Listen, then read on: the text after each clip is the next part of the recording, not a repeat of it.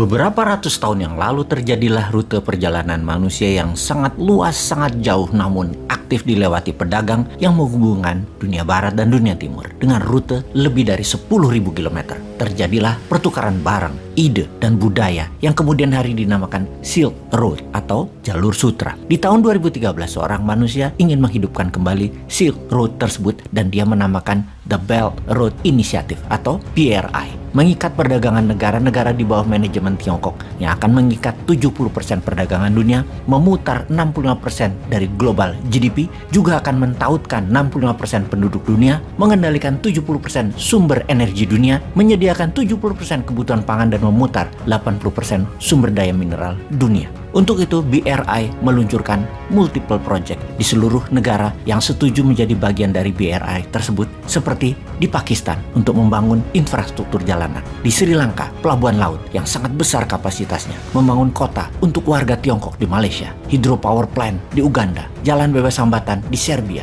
dan itu hanya sebagian kecil dari apa BRI rencanakan untuk mentautkan dunia. Yang pertama memang jalur distribusi yang dibangun, seperti jalanan, jalur kereta api, shipping line, pelabuhan, pemurnian minyak atau oil refinery, industrial park, pembangkit listrik. Semua telah dibangun di 72 negara yang setuju membangun dengan uang Tiongkok dan jadi bagian dari BRI. Di awalnya, Belt and Road yang dalam arti sederhananya adalah jalan dan ikatan ekonomi dalam propagandanya, namun yang ditakutkan oleh kaum nasionalis adalah sebentar lagi akan ditekankan bahwa yuan sebagai alat bayar, dan ini sudah di atas ekonomi karena mata uang adalah kedaulatan kalau yang paham bernegara. Kemudian ideologi akan masuk melalui budaya, kultur Tiongkok yang menjadi satu pemahaman ideologi politik tentunya. Dan ini ditakuti oleh kaum nasionalis. Ideopolitik Tiongkok menjadi bagian dari sebuah negara. Jadi, banyak yang melihat ini adalah super highway atau jalur cepat untuk membuat Tiongkok menjadi negara superpower. Inilah rencana Xi Jinping untuk menjadi world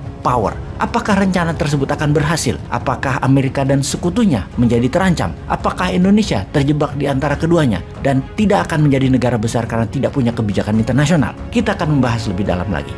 Strategi Tiongkok mengikat dunia untuk menjadikan Tiongkok negara superpower. Di Tiongkok, BRI namanya Yi Dai Yi Lu, dan daripada salah spellingnya, kita menyederhanakan dengan BRI saja. BRI ini diperkirakan menelan investasi sebesar 8 triliun dolar, sebuah nilai yang luar biasa, 40 kali APBN Indonesia. Jangan tanya duitnya dari mana. Ini hal yang selalu diingatkan, tanpa MMT ya nggak mungkin ada dananya. Wis yo, kita lanjut. Angka 8 triliun dolar tersebut di 200 negara, hanya ada 16 negara yang GDP-nya melebihi angka tersebut. Jadi bagaimana kok BRI itu bisa jalan? Negara mana saja yang sudah terikat di dalamnya? Apakah hanya integrasi ekonomi BRI itu, atau akan masuk ke politik sebuah negara yang tidak setuju masuk BRI namun sumber alamnya harus diambil? Maka politik negara yang ditarget, didesain, dimodali agar pemenangnya adalah orangnya BRI. Dan pertanyaan penting harus dijawab segera. Apakah strategi ekonomi BRI ini akan jangka panjang menguntungkan negara yang bergabung atau hanya menguntungkan Tiongkok?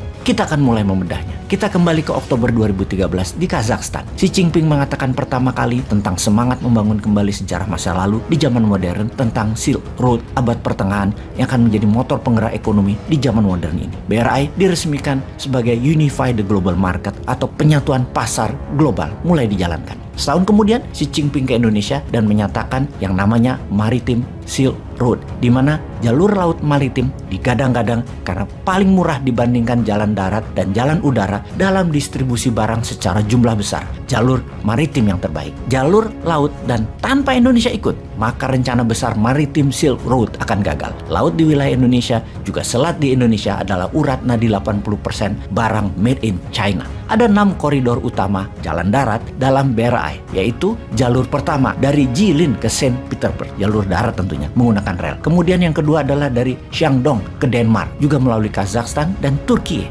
Lalu dari Hainan ke Malaysia, kemudian dari Guangdong ke Bangladesh, lalu dari Xinjiang ke Pakistan. Pakistan vital bagi Tiongkok karena memotong jalur laut menuju sentral Tiongkok, termasuk memasukkan sumber energi dari Timur Tengah. Dan Amir Khan merupakan tokoh seorang pemimpin Pakistan yang disupport oleh Tiongkok. Apa saja yang Tiongkok mau, Amir Khan berikan. Namun sayang saat ini Amir Khan sudah tumbang dan tidak jadi Perdana Menteri lagi. Namun terus menggoyang politik Pakistan di dalam dan luar negeri atas pejabat yang baru, yaitu Perdana Menteri Sharif. life. Kita fokuskan ke Pakistan dalam BRI karena buckle atau kepala ikat pinggangnya adalah Pakistan. Pakistan bukan saja sambungan darat antara tengah Tiongkok dan barat Tiongkok, tapi ketemu dengan jalur maritim yang melalui Indonesia sisi timur dan melalui terusan Suez di sisi barat. Semua dipul di Pakistan. Pakistan tempat Silk Road bertemu dengan Maritime Road. Posisi Pakistan sangat strategis di Laut Arabia tersebut. Inilah rute alternatif baru untuk oil and gas supply ke Tiongkok. Bagi Islamabad,